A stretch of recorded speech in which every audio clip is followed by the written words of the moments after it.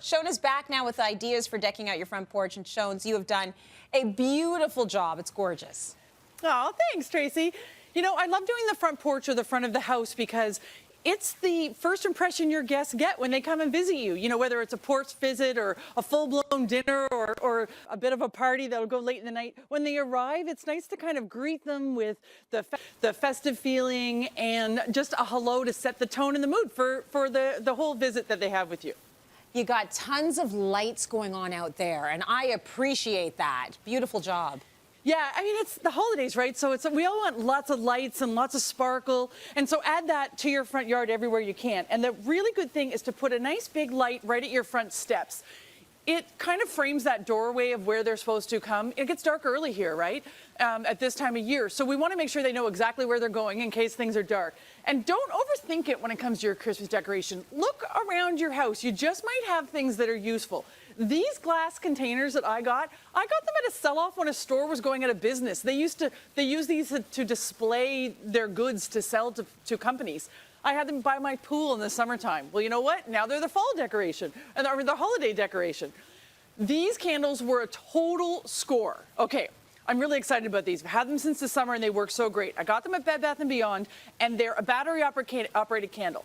Those you can get around. But this jumbo candle, this size, is so hard to find. And what I love about them is they have a 6 hours on and then off timer. So you never have to turn them on and off. So once you put them into one of the containers with all the balls in it, you don't have to pull them out and mess up your balls and your arrangement, or if you put greens in there, they just turn off and on all on their own. So that was a score.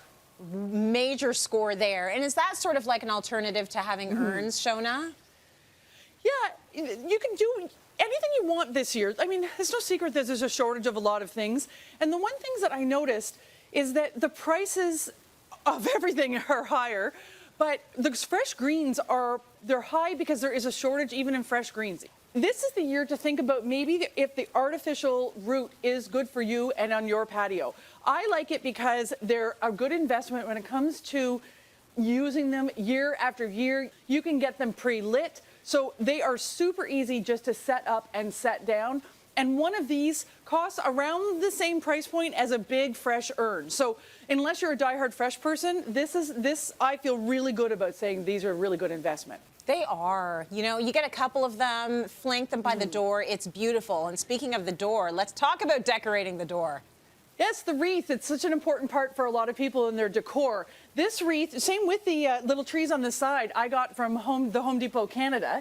And this wreath is terrific. It's a beautiful size. I love the plaid bow. That was actually the inspiration that kind of sparked the rest of the decor that came with it. But here's the really great thing. It's got the micro lights, which I like, but it's also battery operated and on a timer, just like those candles are. So you just have to turn it on once at the first after you hang it, and then it'll turn on itself at the same time every day. We don't want to be plugging and unplugging everything. It's such a hassle. So be smart about when you're doing stuff like that. Oh yeah, once I get those pajamas on, I'm not going outside to unplug anything. It's not happening. So have everything on a timer 100%. Right. And also have a cute little doormat with your name on it. That's adorable. Oh, yes, we've had this one for a little bit. I absolutely love it. I got it from a company called the Personalization Mall, and they've got, you know, hundreds and hundreds you can pick from. But it's nice to add, again, that sense of whimsy or something cute, something festive. So don't forget about the floor. Don't forget about the floor. And also don't forget about the windowsill, because you added some lights there as well. Yeah. So when you're doing your decorations, especially ones that are outside, think, what's it going to look like from the inside? And so if you do decorations like this, I did this set of battery candles, which turn off and on from a remote. These ones I got also from Home Depot. And you know what is a great thing? You can pop on, we're all busy right now, pop on the homedepot.ca and order this stuff on pickup. It's so easy to grab them. And all I did was add a little bit of greens, and this way it reflects inside the house and outside the house. So, you know, it's kind of the best of both worlds. And finally, the tree outside. That's a big deal. Like, gorgeous job. Yeah, we kind of saved the best for last, I think. A lot of people wouldn't think of putting a full-size tree outside, but if you have the space, why not? Especially if you've got a covered porch. What I recommend is a collar as opposed to a tree skirt, because the fabric out here can get a little dirty, so you want to put a tree collar on it. And when it comes to the ornaments, use wire to tie them on. So instead of using a hook, use this is just floral wire and give them a twist. Side tip, if you have a cat or a curious little toddler, this is also a good tip as well for your tree inside. But if you use the floral wire, it's green, so you can't really see it. It gets them secure in there in case any gusts of wind come up.